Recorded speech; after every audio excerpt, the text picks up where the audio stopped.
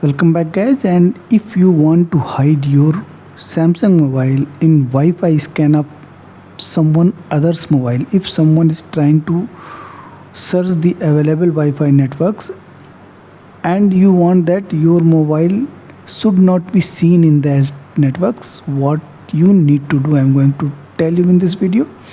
So not wasting much of your time, just go to the setting. This is Samsung A31. Go to this connections, mobile hotspot, just turn it on. It is on. Just go to the configure, advanced, and here hidden network, this should be on. Just save it. That's all. Now your mobile will not be available in search when somebody will search for available Wi-Fi networks. So this is what I wanted to tell you. If you want to give your mobile data to someone secretly, just share the QR code of your Wi-Fi system, your hotspot systems. This is all what I wanted to tell you in this video. If you like the video, please do consider to subscribe this channel. Thank you very much.